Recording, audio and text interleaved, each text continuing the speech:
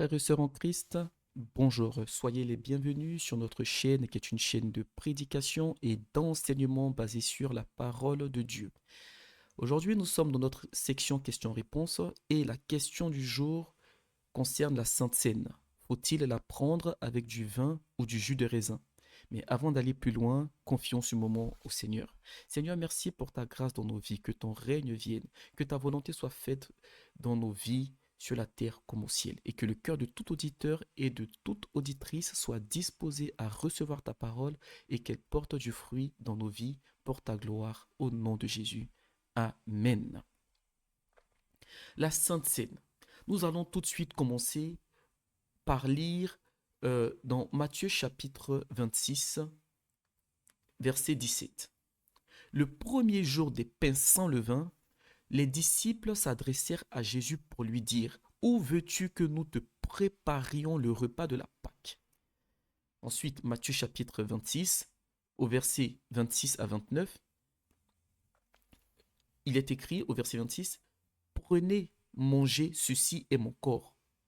Il prit ensuite une coupe, et après avoir rendu grâce, il la leur donna en disant: Buvez-en tous, car ceci est mon sang, le sang de l'alliance qui est répandu pour plusieurs pour la rémission des péchés. Donc là, nous sommes dans la situation du repas de la Sainte Seine. Quelque temps avant que Jésus soit crucifié, avant que Jésus parte à la croix, il a demandé à ses disciples de... euh, euh, ses disciples lui ont demandé: Où veux-tu que nous te préparions la Pâque? Et donc, au verset 17, la Bible nous montre bien déjà que c'était le jour des pains sans levain. Et la Bible nous montre que lorsqu'on prend la Sainte Seine, le pain qu'on prend avec la Sainte Seine, c'est un pain sans levain. Donc, le sujet du pain, on ne va pas s'attarder dessus. La deuxième partie de ce repas, Jésus-Christ dit à ses disciples, la Bible nous dit que Jésus-Christ a pris une coupe. Et donc, dans cette coupe-là, certains chrétiens disent aujourd'hui qu'il y avait du jus de raisin, donc eux prennent du jus de raisin, et d'autres disent que c'était du vin, donc ils prennent du vin. Alors, aujourd'hui, c'est ce qui nous amène à cette question. La Sainte Seine, était-ce du vin ou du jus de raisin qu'il y avait dans la coupe? Parce que nous, en tant qu'enfants de Dieu, nous devons rester conformes à ce qui a été fait et à ce qui nous est révélé dans la parole de Dieu. On va revenir sur un point très important. Les disciples n'ont pas demandé à Jésus: Où veux-tu que nous te préparions la Sainte Seine? Ils lui ont demandé: Où veux-tu qu'on te prépare le repas de Pâques? Donc, Matthieu chapitre 26, verset 17. Et donc, ça nous montre que la Sainte Seine est étroitement liée à la Pâque. Ce qu'on fait lorsqu'on prend la Sainte Seine, euh, la source, c'est la Pâque. Donc, Jésus-Christ a pris la Sainte Seine lorsqu'il préparait le repas de la Pâque. Alors, euh, nous allons donc remonter dans le temps pour voir l'origine de la Pâque dans l'Ancien Testament. Ça nous permettra de mieux comprendre la Sainte Seine. Alors, pour cela, on va lire dans Exode chapitre 12, versets 11 à 13. Je vais lire juste les passages clés et je vais expliquer rapidement parce qu'on a beaucoup de choses à voir. Au verset 11, il est écrit: C'est la Pâque de l'Éternel. Et au verset 13, il est écrit: Le sang vous servira de signe sur les maisons où vous serez. Je verrai le sang et je passerai par-dessus vous. Et il n'y aura pas de plaie qui vous détruise quand je frapperai le pays d'Égypte. Donc, pour se remettre dans l'histoire, le peuple d'Israël était en esclavage, était esclave en Égypte. Et donc, Dieu, par le biais de Moïse, venait délivrer son peuple. Alors, étant donné que le pharaon avait manifesté de la résistance, Dieu a frappé l'Égypte de plusieurs plaies. Et donc, parmi ces sanctions contre l'Égypte, l'une des sanctions était d'envoyer un esprit destructeur pour euh, euh, euh, détruire, pour tuer les premiers-nés de l'Égypte. Et donc, Dieu a donné une consigne. Il avait donné une consigne à son peuple et il leur avait dit, vous allez prendre un agneau que vous allez tuer et le manger. Et le sang de l'agneau, vous allez répandre le sang de l'agneau sur chacune des maisons où vous êtes. Et lorsque l'esprit destructeur passera, lorsqu'il verra le sang, il ne frappera pas vos maisons. Vous ne serez pas frappés, il n'y aura pas de mort chez vous. Et donc, le sang de cet agneau-là était un signe de protection.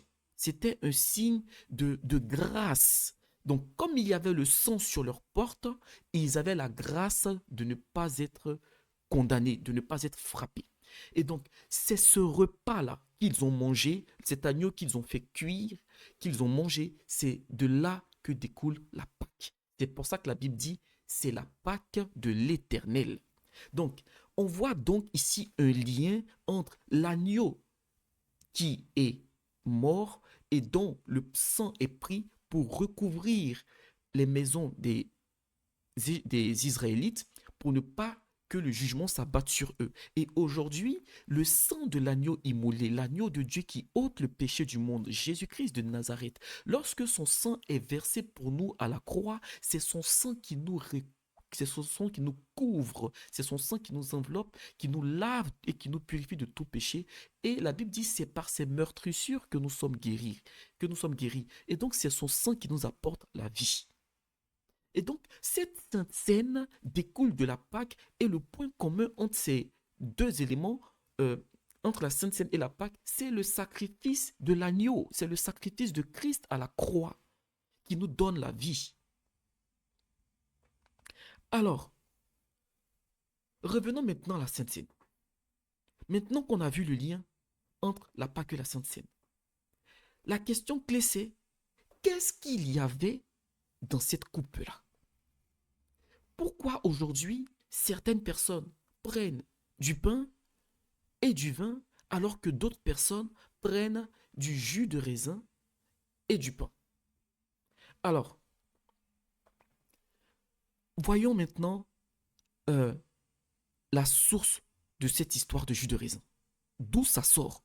Parce que dans la Bible, on ne voit en aucun cas, on ne voit dans aucun passage où les apôtres ont parlé de jus de raisin ou autre. Voyons d'où sort cette histoire. Alors, j'ai fait quelques recherches sur Internet et je vous lis rapidement ce que j'ai trouvé sur différents sites. La première version américaine du vin sans alcool s'affranchit complètement de la fermentation. En 1869, un dentiste pasteur prohibitionniste de New Jersey nommé Thomas Brownell Welch pasteurisa du jus de raisin concorde non fermenté pour en faire du vin non enivrant qui pouvait être utilisé dans la communion dans son église méthodiste. Et donc, sur Internet, si vous recherchez, vous allez voir. Officiellement, le jus de raisin a été remplacé, on va dire, le vin a été remplacé par le jus de raisin officiellement à partir de 1869. Et donc, je lis encore une autre information que j'ai trouvée toujours sur Internet. Et il est dit, en 1880, la conférence générale a ajouté une rubrique semi-obligatoire que l'on n'utilise que du jus de raisin pur pour administrer la Sainte Seine chaque fois que cela est possible. Et ça a été mis en place dans l'église méthodiste épiscopale. Donc, le fondateur, si on fait un peu d'histoire, le fondateur de l'église méthodiste, c'est John Wesley, le grand homme de Dieu, John Wesley. Et John Wesley a beaucoup œuvré pour l'œuvre de Dieu. Mais John Wesley est mort avant 1800. John Wesley, je crois qu'il est mort en 1700. Et donc, pendant la vie de John Wesley, lui qui était le père fondateur de l'église méthodiste, eh bien, John Wesley ne prenait pas du jus de raisin. Parce que là, on voit que c'est le dentiste pasteur Thomas Brownell Welch qui a mis en place ce jus de raisin non pasteurisé. C'est lui qui a mis. Donc, avant lui, au temps de John Wesley, on ne parlait pas de ça. Donc, qui a inspiré cet homme-là, cet homme Thomas Bromwell, qui l'a inspiré à mettre en place ce jus de raisin? Parce qu'on ne voit pas de référence biblique. Maintenant, si vous voulez des références où j'ai trouvé ces informations, le site internet, le premier site internet, c'est www.smithsonimag.com. Et le deuxième, c'est umcdiscipleship.org. Et j'ai trouvé plusieurs sites, plusieurs sources où on voit cela, où on voit que c'est ce pasteur, Thomas Bromwell Welch, qui a envoyé cette histoire de jus de raisin non pasteurisé dans la Sainte Seine. Alors, on ne va pas trop s'attarder là-dessus. Nous allons voir maintenant ce que la parole de Dieu nous dit. Lisons dans 1 Corinthiens chapitre 11, versets 17 à 22. Il est vrai que quand Jésus-Christ donne la coupe, on ne voit pas un passage biblique qui nous dit Jésus-Christ a donné la coupe de vin. Jésus-Christ a donné de la coupe, c'est ce qui est écrit. Mais Paul nous apprend quelque chose. Paul nous apprend clairement qu'il s'agissait du vin. Mais on va procéder étape par étape. Qu'est-ce que la Bible nous dit? 1 Corinthiens chapitre 11, versets 17 à 22. Alors, encore une fois, je vais résumer. Paul est en train de donner des enseignements à l'église de Corinthe. Et Paul est en train de reprendre l'église de Corinthe sur plusieurs éléments. Et sur ces éléments-là, Paul touche au repas du Seigneur. Le repas du Seigneur qui est le repas de la Sainte Seine. Et donc au verset 18, Paul dit: et d'abord, j'apprends que lorsque vous vous réunissez en assemblée, il y a parmi vous des divisions. Je le crois en partie. Alors, premier point, division. Aujourd'hui, lorsque vous allez dans une assemblée, ou dans certaines assemblées, par moment, lors de la Sainte Seine, lorsqu'on vous partage, lorsqu'on vous donne la Sainte Seine, dans certains endroits, vous avez des coupes de vin et des coupes de raisin. Et donc, celui qui pense que c'est du vin, il prend la coupe de vin. Celui qui pense que c'était du jus de raisin, il prend la coupe de jus de raisin. Frères et sœurs, ça c'est une division. Ça c'est une division. Imaginons, alors, on va dire que c'est un désaccord, mais un désaccord c'est quelque part une division. Peut-être dans l'idée. Imaginons un couple qui vit ensemble et tous les jours, quand ils vont prendre le repas ensemble, ils ne mangent pas la même chose. Tous les jours. C'est vrai qu'il peut y avoir des exceptions parce que des gens ont des restrictions alimentaires, mais la plupart du temps, quand on est en couple, on mange la même chose. La plupart du temps. Alors, si nous sommes un corps, une partie du corps de Christ pense que c'est le vin et une autre partie pense que c'est le raisin. Si on n'est pas d'accord, on dit que notre Dieu parle, qu'on lui demande. Et ça, c'est plus la responsabilité maintenant des leaders. Demandons au Seigneur, Seigneur, qu'est-ce qu'il y avait dans la coupe? Et comme notre Dieu parle, le Saint-Esprit nous parle, on lui pose la question. S'il vous dit que c'est du jus de raisin, prenez du jus de raisin. Et s'il dit que c'est du vin, mettez du vin pour tout le monde. Nous allons avancer. Ça, c'est une division. Et Paul continue au verset 20 et il dit, je vais lire le verset 21. D'abord, on va prendre le verset 20. Il dit, lors donc que vous vous réunissez, ce n'est pas pour manger le repas du Seigneur. Car quand on se met à table, chacun commence à prendre son repas et l'un a faim, tandis que l'autre est ivre. N'avez-vous pas des maisons pour y manger et boire? Paul est en train de dire ici quelque chose de très intéressant. L'apôtre Paul dit, lorsque vous vous réunissez pour manger le repas du Seigneur, ce n'est pas normal que des gens aient faim. Le repas du Seigneur n'est pas censé rassasier. Parce que lorsque vous vous réunissez, il y en a qui ont faim, donc ils mangent jusqu'à satiété, jusqu'à être rassasiés, et d'autres boivent à l'excès, et donc ils finissent par être ivres. Et donc là, Paul reprend l'église. Maintenant, une question, frères et sœurs. Est-ce que le raisin rend ivre?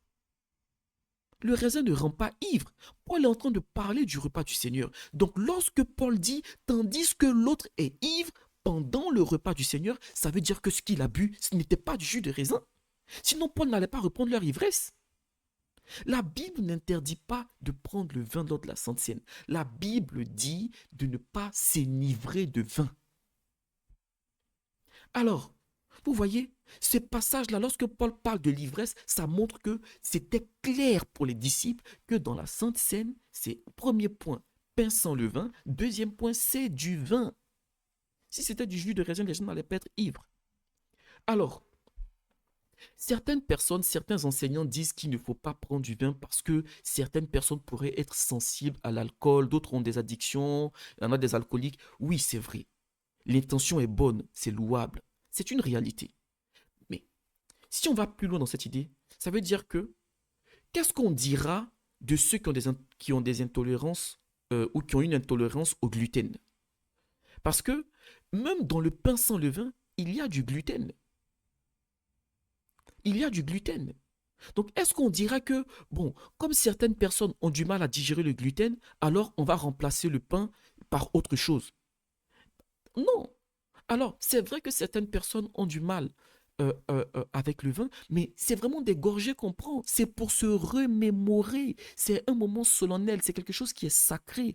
Donc, ce n'est pas boire une coupe, une grande coupe. C'est vraiment des petits trucs. Maintenant, si des personnes pensent que ça peut susciter une rechute dans l'alcoolisme, entre guillemets, vaut mieux s'en priver que de boire du raisin.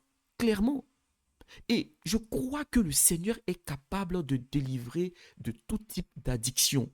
Cependant, Dieu ne jugera pas ceux qui enseignent en fonction de leurs bonnes intentions.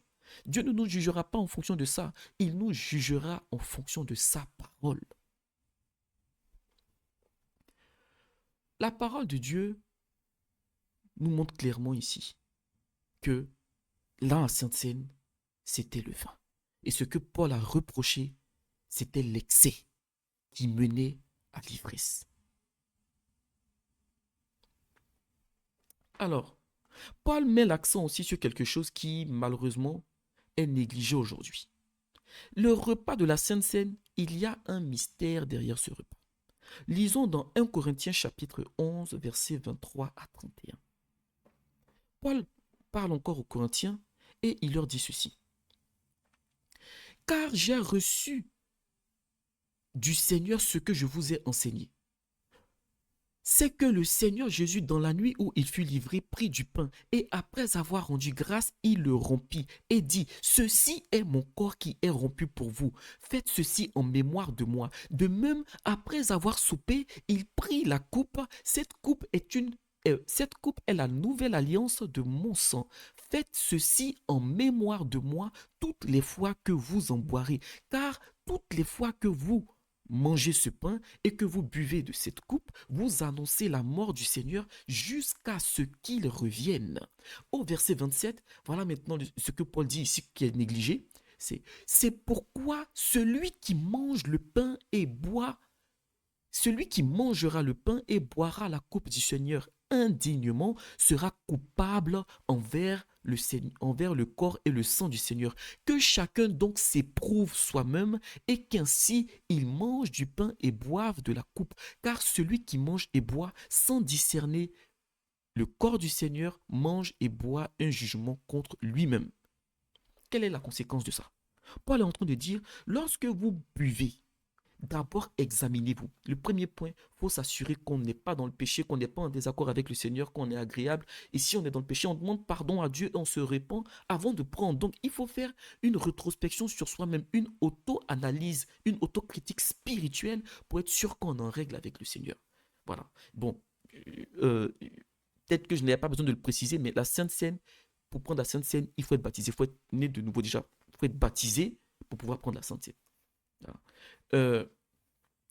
Donc, lorsque Paul nous dit de ne pas prendre la Sainte Seine indignement, il dit qu'en le faisant, on attire un jugement sur soi. Mais quelle est la conséquence de ce jugement? Au verset 30, il dit, c'est pour cela qu'il y a parmi vous beaucoup d'infirmes et de malades et qu'un grand nombre sont morts. Vous voyez, frères et sœurs, la Sainte Seine, ce n'est pas du jeu. C'est-à-dire que je veux pas rendre la chose trop compliquée ou autre, mais c'est biblique. La Bible dit ici que certaines personnes n'ont pas bien pris la Sainte Seine. Certaines personnes ont pris la Sainte Seine sans discerner le corps de Christ. Mais si Christ, dans la Sainte Seine, a mis du vin et que nous, on met du raisin, est-ce qu'on la prend bien, cette Sainte Seine? Si Christ nous dit de prendre la Sainte Seine avec du pain sans levain et que nous, on prend avec du pain levé, est-ce que vraiment là, on est conforme à la parole? Jésus-Christ est attentif aux détails. Jésus-Christ est attentif à la forme et il est attentif au fond. Dans notre vie, c'est la même chose. C'est vrai qu'il regarde au cœur, mais il regarde d'abord au cœur et après il regarde le tout. La sainteté de Dieu, elle prend le corps, l'âme et l'esprit. Et donc, Paul nous montre ici que le fait de ne pas bien prendre la Sainte Seine peut provoquer des problèmes même dans nos vies. Imaginez une personne qui a une maladie naturelle, Dieu peut le guérir. Imaginez une personne qui a une maladie qui vient des puissances des ténèbres, Dieu peut le guérir. Maintenant, imaginez une personne qui a une maladie qui vient du fait qu'elle a mal pris la Sainte Seine. Vous voyez, c'est biblique. 1 Corinthiens chapitre 11, verset 30. C'est pour cela qu'il y a parmi vous beaucoup d'infirmes et de malades et qu'un grand nombre sont morts. Et là, on est dans le Nouveau Testament. Nous allons terminer avec un élément. Un dernier argument, parce que c'est quelque chose qui m'a beaucoup tenu aussi à cœur. Et j'ai demandé au Seigneur, mais Père, pourquoi est-ce que on va jusqu'à lire ce passage que certaines personnes sont mortes parce qu'ils n'ont pas bien pris la Sainte Seine? Et en fait, il faut comprendre une chose, frères et sœurs. Nous allons conclure là-dessus. La parole de Dieu est un amas de symboles. La parole de Dieu, elle est spirituelle, elle est remplie de symboles. Et donc, parmi ces symboles-là, on va citer juste quelques-uns rapidement. Adam et Ève, par exemple, lorsque ils ont péché dans le jardin d'Éden, la Bible dit qu'ils ont pris des feuilles pour recouvrir leur nudité. Mais en fait, Dieu ensuite, qu'est-ce qu'il a fait? Parce que ce n'était pas, comment dire, il n'était pas bien couvert. Donc Dieu a dû tuer un animal, prendre la peau de l'animal pour bien recouvrir Adam et Ève. Mais le fait que Dieu aille tuer un animal pour recouvrir la nudité d'Adam et Ève, mais Dieu connaissait le coton. Dieu aurait pu tisser un tissu en coton et puis transmettre ça à Adam et Ève. Pourquoi Dieu a tué un animal? C'était le symbole du sacrifice de Christ qui vient couvrir la nudité de notre péché, la honte de notre nudité. Par son sang, nous sommes recouverts. Ça, c'est par exemple un symbole. Un autre symbole, Dieu éprouve Abraham pour voir si Abraham l'aime vraiment. Et Dieu dit à Abraham, donne-moi ton fils unique. On connaît l'histoire. Abraham a donné son fils unique, mais Dieu n'a pas permis qu'Isaac meure. Et Dieu a envoyé un agneau pour que Abraham fasse le sacrifice. Eh bien, cette démonstration de l'amour d'Abraham envers Dieu, Jean 3,16 nous dit que Dieu a tant aimé le monde qu'il a donné son fils unique, afin que quiconque croit en lui ne périsse pas, mais qu'il ait la vie éternelle. Donc, c'était déjà un symbole du sacrifice de la croix. Il y a plusieurs symboles dans la parole de Dieu. On peut parler de l'arche de l'alliance qui est sur 3 niveaux, le parvis, le lieu saint, le lieu très saint, qui représente aussi les 3 niveaux de sanctification, la sanctification du corps, de l'âme et de l'esprit. Eh bien, il y a énormément de symboles dans la Bible. Mais parmi tous ces symboles, l'un des symboles les plus sacrés, sinon le plus important, c'est le symbole de la Sainte Seine. Parce que c'est le symbole du sacrifice de la rédemption. Toute la Bible est centrée sur le sacrifice de la croix parce que c'est là où l'humanité a été sauvée. La Bible a été faite là. La Bible qu'on lit, elle n'a pas été faite pour les anges, elle a été faite pour nous les hommes. Et le point central de la Bible, c'est avant la croix, pendant la croix, après la croix. Et donc tout tourne autour de Jésus-Christ, tout tourne autour de la croix. Et donc cette sainte scène-là, elle est tellement sacrée. Elle est tellement sacrée que Dieu nous avait déjà donné un symbole dans l'Ancien Testament. Et donc, c'est dans Genèse chapitre 17, pardon, Genèse chapitre 24, versets 1 à 17. Je vais résumer rapidement et je vais lire uniquement le verset 17. Dans Genèse chapitre 14, Abraham, bon, pour rappeler rapidement l'histoire, Abraham, lorsqu'il est parti de la maison de son père en allant vers la terre promise, il avait embarqué avec lui une délégation et parmi ces personnes qu'il avait pris avec lui, il y avait son neveu qui était Lot. Donc, il est arrivé qu'un jour, Lot a voulu se séparer d'Abraham. Lot est parti vers les villes de Sodome et Gomorrhe. Donc, Lot est parti s'installer à Sodome. Et Abraham était donc séparé de Lot. Et quelque temps après, il y a eu une guerre entre différents rois. Et donc, les rois qui ont été victorieux, qui ont été vainqueurs, euh, ont ils ont eu la victoire sur les rois de Sodome et Gomorrhe. Et donc, lorsqu'ils ont eu cette victoire, ils ont pris avec eux les biens, les provisions, les personnes qui étaient aussi à Sodome et Gomorrhe. Ils ont fait des captifs. Et donc, parmi ces captifs-là, il y avait Lot, le neveu d'Abraham. Et donc, l'une des personnes qui s'est échappée est venue dire à Abraham, voici la situation, ton neveu Lot a été pris captif. Et donc, Abraham a rassemblé 318 personnes qui n'étaient pas des soldats de base. Il les a rassemblés pour aller combattre contre ces rois-là, contre leur armée, et il a délivré son neveu Lot, et il a pris les provisions, et il est revenu. Maintenant, lorsque Abraham est revenu vainqueur, c'est là maintenant, on va lire maintenant le chapitre, le verset 17. Il est écrit: après qu'Abraham fut revenu vainqueur de Kédor Laomer et des rois qui étaient avec lui, le roi de Sodome sortit à sa rencontre dans la vallée de Chavé, qui est la vallée du roi. Verset 18, Melchisédek, roi de Salem, fit apporter du pain et du vin. Il était sacrificateur du Très-Haut. Frères et sœurs, lorsque Abraham est parti récupérer, délivrer Lot, c'est une image de Christ, le bon pasteur, qui laisse ses 99 brebis pour aller chercher la brebis qui a été captive. La Bible dit, Jésus-Christ, c'est lui qui est notre libérateur. Jésus-Christ est venu libérer les captifs. De même, Abraham est parti libérer Lot. Et donc, lorsqu'Abraham revint de cette bataille, de cette victoire, il y a Melchisédek. La Bible dit que Melchisédek n'a ni commencement de jour,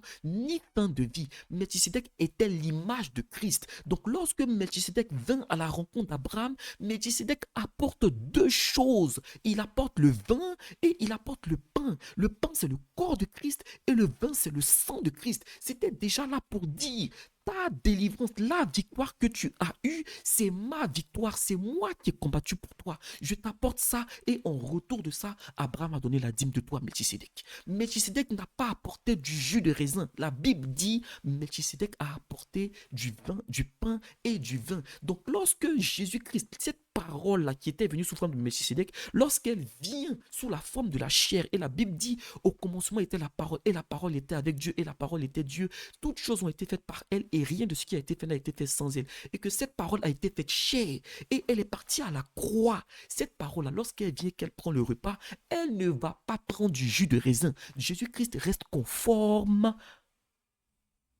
à ce qui était marqué dans la loi. Melchisédek a envoyé du pain et du jus et du vin. Jésus-Christ, lorsqu'il prend le repas, il prend du pain et il prend du jus. Il ne va pas aller prendre du jus de raisin. Parce que le symbole était déjà marqué dans l'Ancien Testament. C'était déjà prophétique. Nous arrivons à la fin de l'enseignement. Que le Seigneur vous bénisse. Seigneur, merci pour tous tes bienfaits. Remplis-nous de ta présence, s'il te plaît. Et que ta parole soit semée dans nos cœurs, nos âmes, nos esprits. Et qu'elle porte du fruit en nous pour ta gloire. Au nom de Jésus-Christ. Amen.